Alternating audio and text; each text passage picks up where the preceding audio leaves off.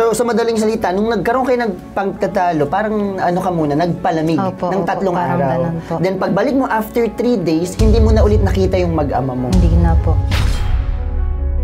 Hindi po siya nagpaalam. Madaling araw po siya umalis ng bahay, 2 AM. Siya po ba'y talagang tumatanggi na hindi niya ibibigay sa inyo ang bata? Sinabi niya lang po yun sa mga ispag police. Tapos sa akin po, wala po talaga siyang wala na kayong contact. Communication. Opo.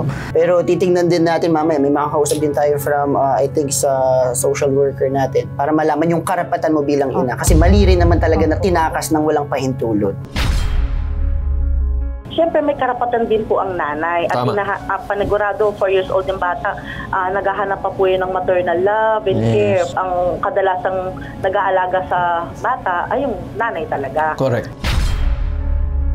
Ang pagkukustudiya sa mga batang mababang edad sa 7 taon ay hindi lamang karapatan kundi tungkulin. Kung saan ang batang 7 taong gulang hindi pwedeng ihiwalay sa kanyang ina under any circumstance. Maliban sa kung ang ina ay nagmamalupit, hindi pwedeng alis ng 7 taong gulang mapalalaki yan o mapababae. Ganoon din po ang pagkalahatang alituntunin siya Sharia.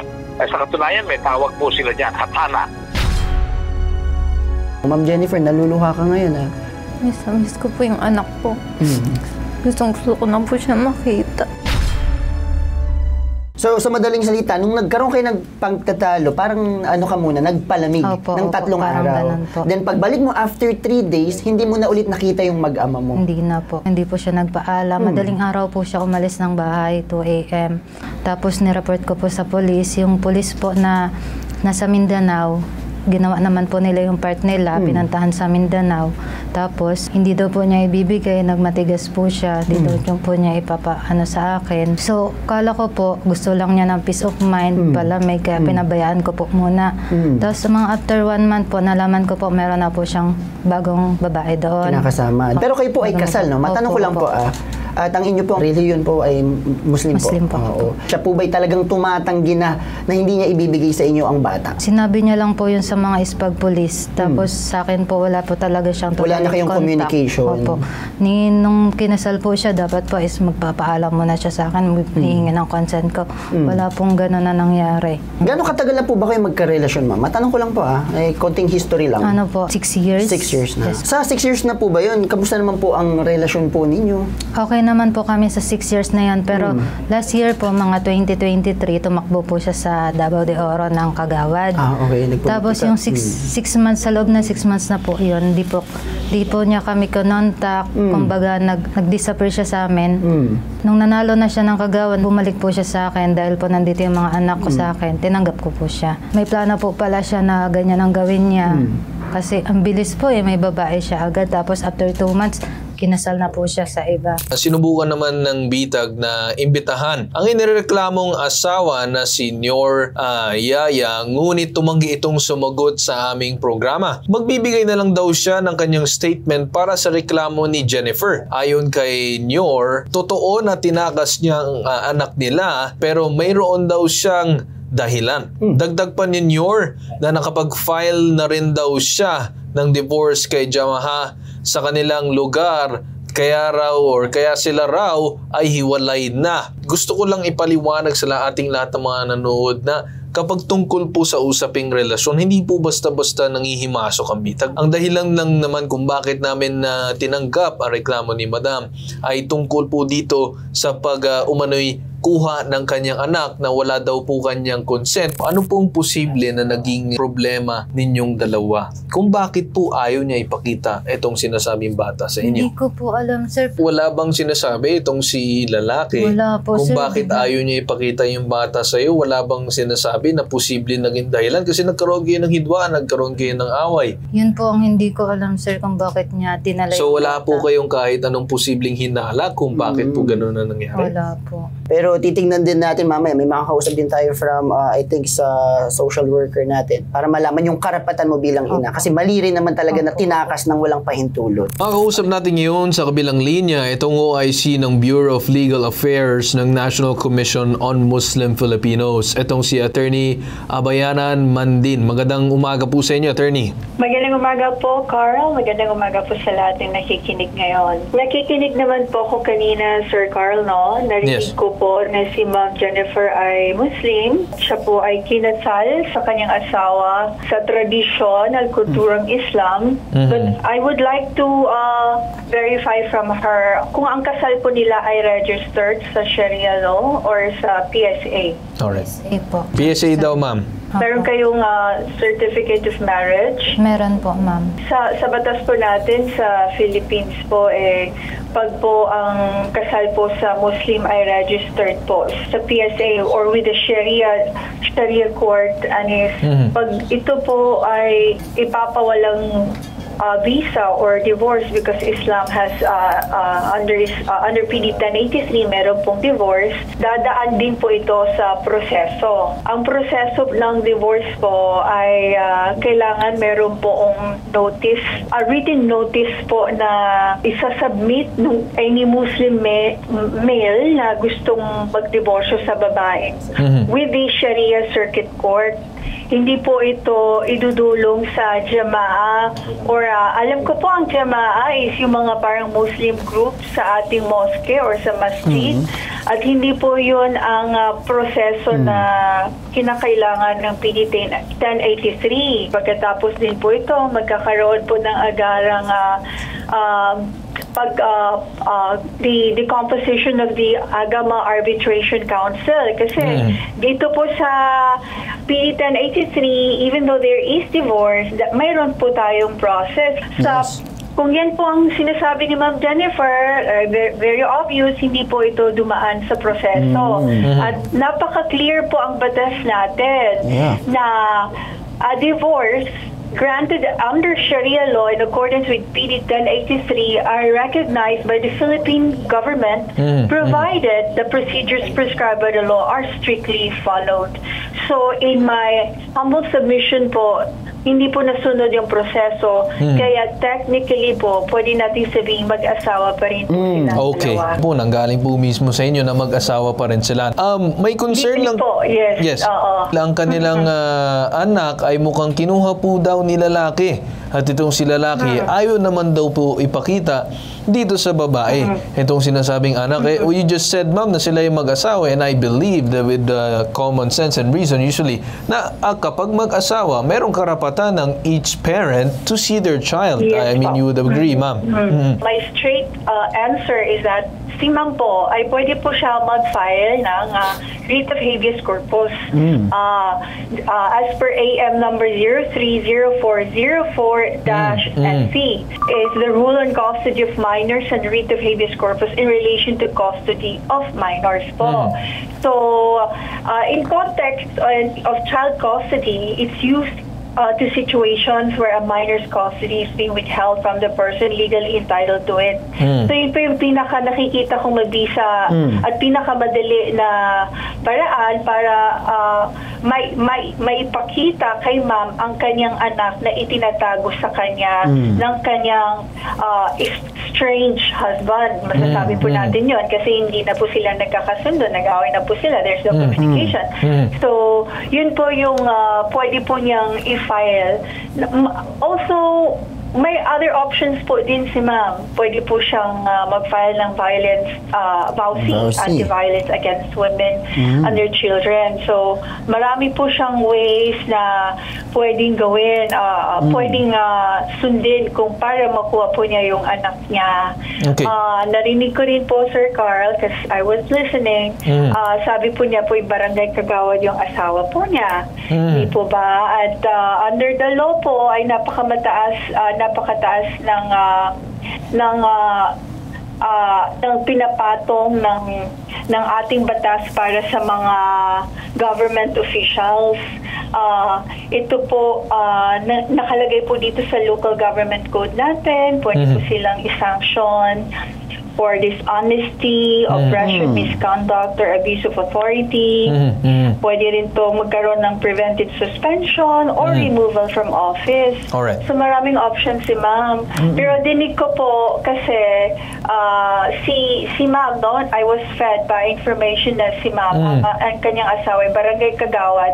Yes. At ang asawa po niya similarly ay ang chairman. So, makikita mo dihado si ma'am, bukod sa hindi siya taga Davao, nandito po siya sa Metro Manila, mahirapan po siyang i-assail ang mga kasong ito dahil po sa financial constraint. Kaya po, kung mag-file po siya ng writ of habeas corpus para sa kanyang anak, pwede po, because of the circumstances, pwede po siyang mag-file sa Court of Appeals or the Supreme Court. Hindi na po niya kailangan mag-file doon. And then, similarly with the VAUSI, kasi yung VAUSI kasi criminal, sir, and it's jurisdictional. Pero kung i-argue natin na si ma'am ay nagkakaroon ng psychological effect, no? Kasi dahil sa mga kagagawa ng asawa niya, nagkakaroon ng psychological violence yung mind niya. She can file VAUSI. So with that said, no, attorney, I think yung sinasabi niyo din na she could file these cases kasi I think you would agree, ma'am, na meron naman siyang karapatan na dapat makita itong mga sinasabing bata. Sir Carl, na sila po ay kasal. Yes. So with that po, attorney, kami ay nagpapasalamat po sa inyo sa pagtanggap ng aming tawag po ngayong araw. Yes po. Next time ulit po, Sir Carl. Makakausap natin ngayon sa kabilang linya itong social worker unit ng Camarin, Caloocan, si Angela Cabas. Magandang umaga po sa inyo. Magandang umaga din po, Sir Carl.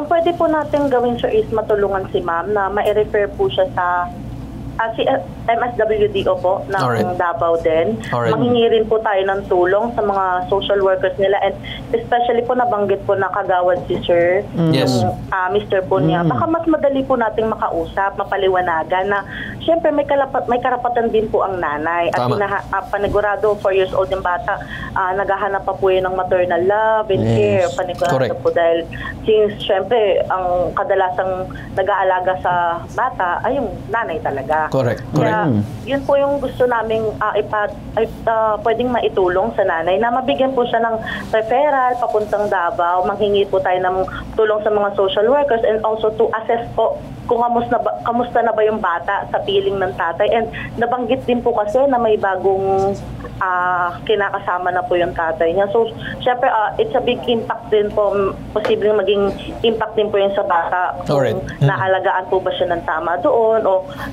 syempre, baka magkaiba ng nabibigay ng love yung biological mother niya and syempre yung stepmother na tumatayo po sa kanya. Alright.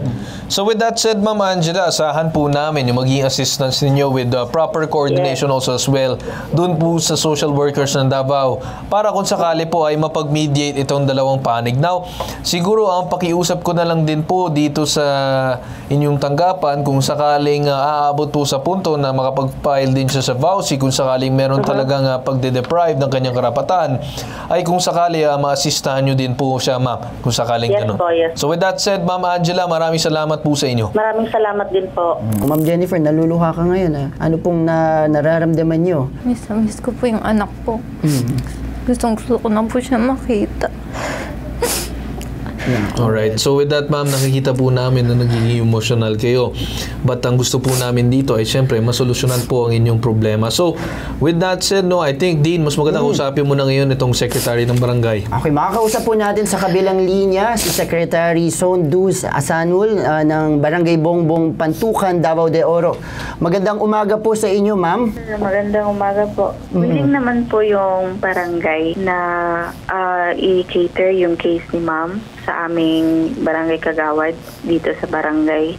Willing din naman po kami i-welcome si Ma'am Jennifer kasi hindi naman po, wala po namang bias dito sa barangay. Kahit may relative si kagawad dito sa aming council, di namin yun isasang tabi yung kaso niya doon sa ex-wife niya. Ma-confirm niyo po ba sa amin na yung bata po nandyan din po ngayon sa lugar ninyo? Yes po. Kamusta naman po? Meron na po bang nakarating na reklamo dyan sa inyo? Kasi actually ito, nasa Maynila po ngayon yung nanay. Pero may naitawag na po ba sa inyo kahit yung pamilya ni Ma'am Jennifer dyan? Nakarating na po ba sa barangay yung reklamo? From DILG po ko nalaman. Napasa yung letter sa akin. Pero sa immediate relatives po ni ma'am, wala pa po. Wala. Alright. So, siguro pakiintay na lang po na mamamagitan po, no, sa actually makikipag-coordinate din po dyan sa barangay ninyo para maasistihan din po itong si Ma'am Jennifer at makausap niya po yung kanyang ex-husband na si Kagawad Noriaya po. Yes, sir. So ngayon makakausap natin sa kabilang linya itong si Attorney Batas Mauricio, ang ating Bitag resident lawyer, para makapagbigay ng kanyang advice tungkol dito sa ating problema. Magandang umaga po sa inyo, Attorney Batas Mauricio. Magandang umaga po, Ginoong Carl Tulfo. Magandang umaga po kay Ginoong Din at sa sambayan ng Pilipinong nasa ipabitag mo. Medyo masalimot po ito sapagkat ang binabanggit din po dito po sa Code of Sharia, yung pong Sharia o yung Code of Muslim Personal Laws and Relationship, meron po silang binabanggit dyan, ang pagkukustodiya sa mga batang mababang edad sa 7 taon ay hindi lamang karapatan kundi tungkulin. Ang binabanggit po ng Sharia dito sa mga isyong ito, yung pong mga bata na mababa ang edad sa 7 taong gulang, lalo na sa mga mag-asawang hiwalay sa isa't isa, ay napupunta po sa ina, Ginoong Carl Tulfo. Para po itong yung sa Article 212 ba, kung hindi ako nagkakamali, ng ating Family Code of the Philippines, dito po sa mga mag-asawang Kristiyano, kung saan ang batang 7 taong gulang hindi pwedeng ihiwalay sa kanyang ina under any circumstance. Maliban sa kung ang ina ay nagmamalupit, hindi pwedeng alis ng 7 taong gulang, mapalalaki yan o mapababae. Ganoon din po ang pangkalahatang alituntunin sa Sharia.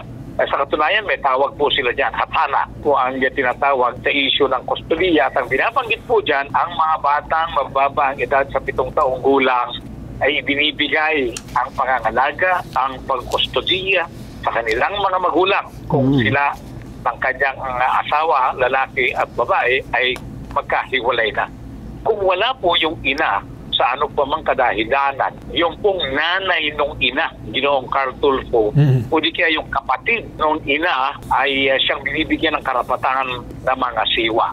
Yun po ang pangkalahatang alituntunin sa kustodiya ng mga anak ng mga kapatid nating Muslim. Yung pong pagkakakuha ng ama ay malaking problema po yan sapagkat lilitaw wala pong otoridad o wala pong karapatan yung ama na gawin ito sa ilalim ng Code of Muslim Personal Relations. Yun po yung mga umiiral na batas sa kasalukuyan. Kung papansinin po natin, halos uniform yung pong Sharia at saka po yung Family Code of the Philippines sa pagsasabi ang mga batang 7 taong gulang at mababa ang edad hindi po pwede na mahiwalay sa kanilang mga ina. So with that said, ang masasabi na lang namin, ma'am, na tutulong po ang ating Municipal Social Welfare Department or Office sa inyo para makapag-coordinate din doon sa Davao de Oro para kung sakaling ma-assistahan din kayo, kung sakaling pupuntahan yung sinasabing dati ninyong mister, para mapag-usap kayong dalawa at mabigyan kustodiya na makita nyo po ang bata dahil meron po kayong karapatan. And if not, magmamatigas ay pwede nyo din po diretsuhan ng filean ng kaso dito po din sa VAUSI. Okay po sa inyo, ma? Okay po. Salamat po. Alright. So kami ay nagpapasalamat and mangingi din kami ng update sa inyo at doon sa mga ahensya na nilapitan natin tungkol po sa kaso ninyo.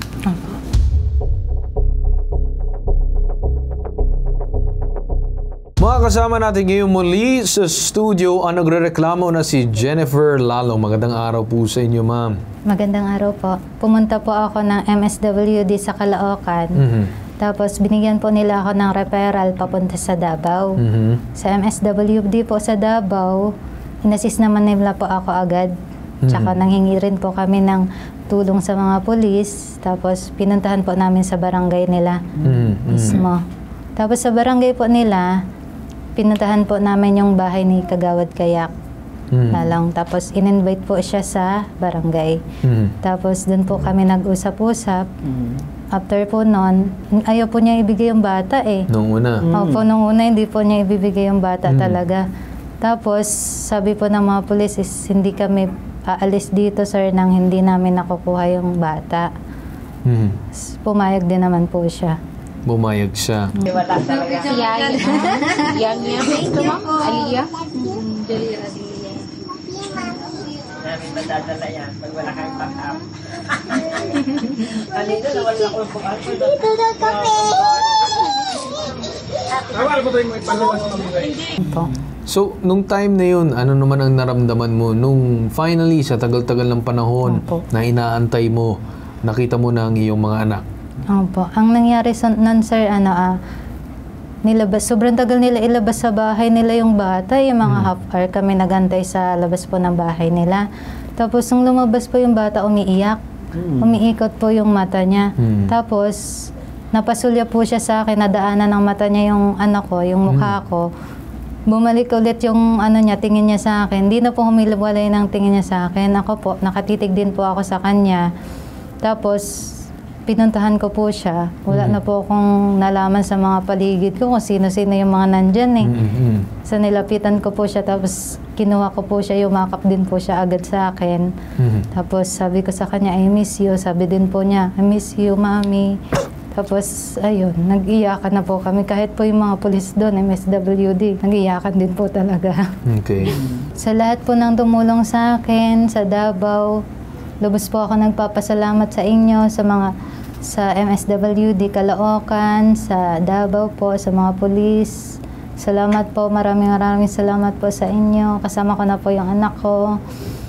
Sa inyo, Sir Carl, sa team ng Bitag po, maraming salamat po sa inyo lahat. Thank you po. Thank you po. Alright. Kami nagpapasalamat sa inyo sa paglapit dito sa aming tanggapan. Okay po? Thank you po. Maraming salamat po. Maraming salamat din. At dyan tayo nagtatapos sa ating programa ngayong araw, hinggit sa sumbungan, imbestigahan, ano man reklamo na bibigyan ng solusyon at aksyonan. Ito ang nag-iisang pambansang sumbungan, tulong at serbisyong may ibang katangian. Katangiang Bitag, ilalaban ka di iiwan. Ako si Carl Tulfo at itong hashtag, Ibabitag Mo.